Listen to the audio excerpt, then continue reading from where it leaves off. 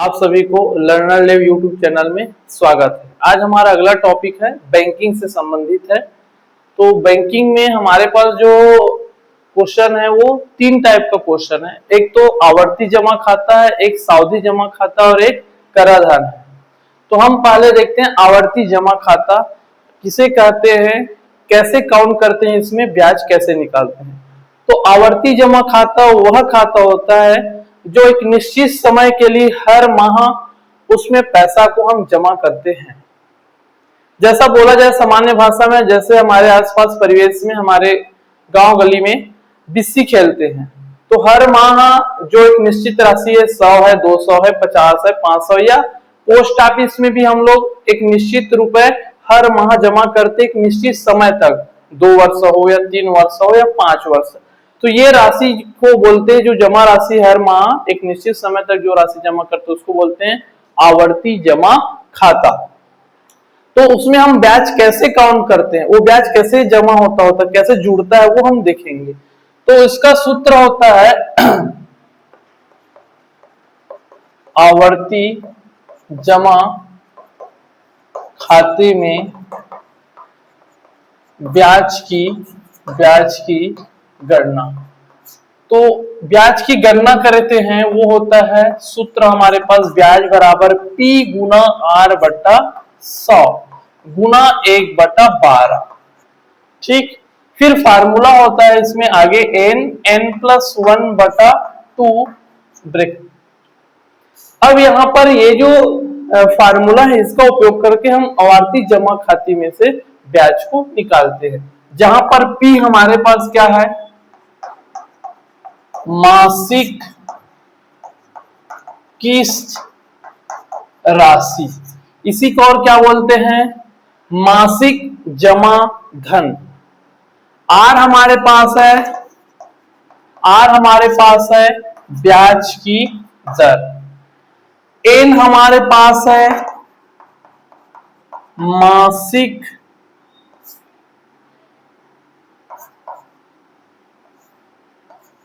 मासिक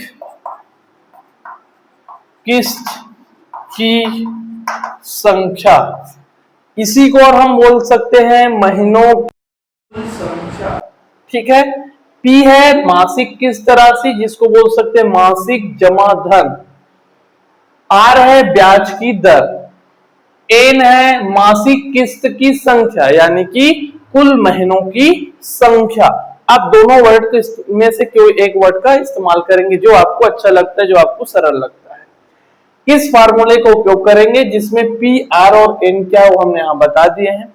अब हम इस क्वेश्चन पे जाते हैं और हम सवाल हल करना स्टार्ट करते हैं। तो हमारे पास क्वेश्चन है, रोहन ने डाकघर में 50 रुपए प्रति माह की दर से 5 वर्ष के लिए क्या बोल रहा है, आवर्ती जमा खाता खोला। 5 वर्ष वार्षिक ब्याज की दर से उसे कितना धन मिलेगा। तो यहां हमें दिया क्या क्या है, देखो मासिक किस्त 50 रुपए है, वर्ष मतलब समय दिया हुआ है, तो हमें समय वर्ष में दिया है, और हमें फार्मूले में चाहिए महीनों की संख्या, मासिक किस्त की संख्या यानी कि महीनों की संख्या, तो वर्ष को महीनों में बदल देंगे हम। फिर हमारे पास दिया है 5%, प्रतिशत है मतलब वो दर है, लिखा भी है आगे 5% वार्षिक ब्याज की दर। तो ब्याज की दर कितना है, 5% वार्षिक। अब जो हमें दिया हुआ है जो चीज, उसको हम क्या करेंगे, यहां पर लिखेंगे। तो चलो जो दिया उसको लिखते हैं।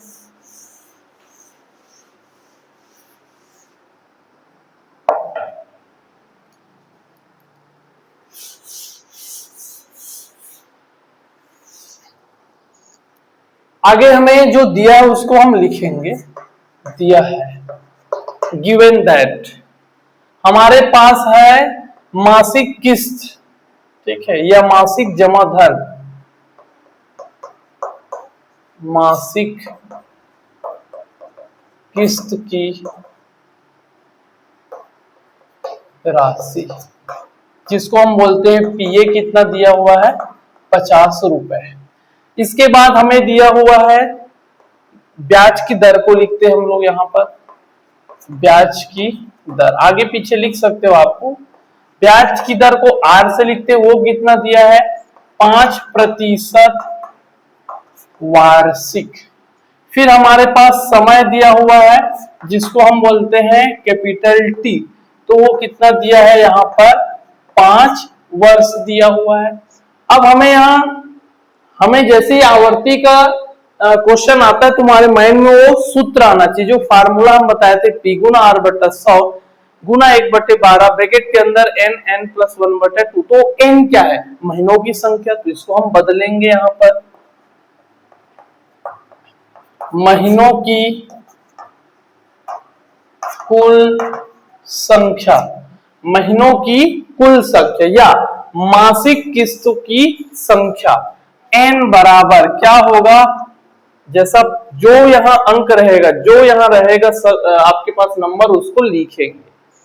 फिर हम गुना करके वर्ष, तो एक वर्ष में कितने माह होते हैं 12 माह से हम गुना कर देंगे, तो 12 पंचे कितना होता है 60 माह, यानी कि हम 60 माह तक 50 रुपए जमा करेंगे। हर 60 माह मतलब हर माह में 60 माह तक 50 रुपए हम जमा करेंगे, जो हमारा क्या होगा मूलधन होगा। अब हमें ब्याज भी निकालना है, तो ब्याज का सूत्र होता है हमारे पास, ब्याज बराबर होता है P गुना R बटा 100 गुना 1/12 n धन 1/2। P का मान कितना है 50 रुपए है, गुना R का मान कितना है 5 है, बटा 100 गुना 1/12। n का मान कितना है 60 धन 1/2। 10 से 10 कटा, ठीक। देखो यहां भी 5 है, यहां भी 5 है, दोनों में से किसी भी एक का उपयोग करेंगे, क्यों, क्योंकि 10 5 से कटता है, तो हम इस 5 से काटे या तो इस 5 से काटे। 5 एकम 5 और 5 दूनी 10, तो यहां क्या बचा है वो नोट कर लो 5/2 गुना, इधर देखो कौन किससे कट रहा है, आप इधर वाले को इससे भी काट सकते थे, लेकिन ब्रैकेट यूज हुआ इसलिए नहीं काटेंगे, है ना। हम पहले इधर ब्रैकेट के अंदर वाले को ब्रैकेट से सॉल्व करेंगे, तो ये होगा हमारे पास 1/12, कोष्टक का मतलब होता है गुना, और हम यहाँ कोष्टक भी सॉल्व करेंगे, तो ये हो जाएगा 2 एकम 2 तिया 6 2 शून्यम 0 2 तिया 6 2 शून्यम 0। अब यहाँ पर कोष्टक का मतलब गुना होता है, ये कोष्टक भी सॉल्व होगा, 60 में 1 जोड़ेंगे तो 61, ठीक है, और ये भी कट गया है, यानी कि ये ब्रैकेट भी सॉल्व हो गया है। अब हम इधर 12 से कुछ कट रहा है क्या वो चेक करेंगे, हो जाएगा 5/2 गुना, ये 12 और 30 का देखते हैं हम लोग, इसमें किसी से कट रहा है क्या वो चेक करेंगे। 3 से ये भी कट रहा है, 3 चौक 12, ये भी कट रहा है, 3 दहा 30। फिर इसको काटेंगे, तो उससे अच्छा सोचो कि ऐसा कौन सा पहाड़ है जिससे दोनों कट जाए, तो वो है 6, ठीक है, 6 दूनी 12 और 6 पंचे 30। अब 2 से ऊपर का कोई भी अंक नहीं कर सकता, और 5 से 61 से या इस 5 से नीचे को कोई अंक नहीं कर सकता है, तो हम जो करते हो पहले लिखेंगे फिर मल्टीप्लाई करेंगे, जो जो बच गया है इधर बच गया है 5 गुना 61/2, ठीक है। अब यहां पर हम क्या कर सकते हैं, 5 से इधर इस 2 से 5 से काटे, और इस 2 से हम इन दोनों को मल्टीप्लाई करके काट देते हैं, या आप पहले इन तीनों को मल्टीप्लाई करो और इन दोनों को मल्टीप्लाई करो, फिर उसको डिवाइड करो, एक ही मतलब है। तो ये हो जाएगा हमारे पास, इसको काटेंगे तो 2 दूनी 4, 1 बच गया है, दशमलव लगाएंगे तो 0 लगेगा, तो 2 पंचे 10। इधर आते हैं हम लोग, इसको गुना करेंगे तो यह 5 एकम 5 और 5 6 का 30, इसको भी हम 2 से काटेंगे तो जाएगा 2 एकम 2, 1 बच गया, 2 पंचे 10, ये हो जाएगा 2 दूनी 4, 1 बचा, दशमलव लगाएंगे तो 0 लगा, तो 2 पंचे 10। अब इसको हम गुना करेंगे, 25 का गुना 152.5 है, मतलब दो दशमलव को भी छोड़ देंगे, तो 25 का गुना 1525 से हम करेंगे, तो चलो यहां हम गुना करते हैं, 25 गुना 1525, ठीक है। पांचे में 25 का 5 हासिल गया 2, 5 दूनी 10, 2 12 का 2 हासिल गया 1, 5 में 25 और 1 26, 5 एकम 5 और 2 7, 2 पंचे 10 का 0 हासिल गया 1, 2 दूनी 4 और 1 5, 2 पंचे 10 का 0 हासिल गया 1, 2 एकम 2 और 1 3, 5 2 6 5 11 का 1 हासिल गया 1, 7 और 1 8 और 1 3। अब देखो कितने अंक बाद दशमलव है, 1 1 कितना हुआ 2, तो 1 और 1 तो ये हो जाएगा 381.25, तो हो जाएगा हमारे पास 381.25 रुपए। क्या होगा जी, ब्याज। यानी कि 5 साल 60 माह में 381.25 रुपए हमें ब्याज देंगे। कहां, पोस्ट ऑफिस वाले। अब हमें बैंक वाला है जो पोस्ट ऑफिस वाला है, पोस्टमैन, वो 60 माह में टोटल राशि कितना वापस करेंगे, क्योंकि हम हर माह 60 माह तक 50 रुपए जमा भी कर रहे हैं ना, और उसमें ब्याज भी मिलना है, तो वो कितना मिलेगा वो निकाल लेते हैं हम लोग इधर से। तो ये हो जाएगा हमारे पास 5 वर्ष बाद प्राप्त धन राशि। तो ये हो जाएगा हमारे पास सूत्र के रूप में।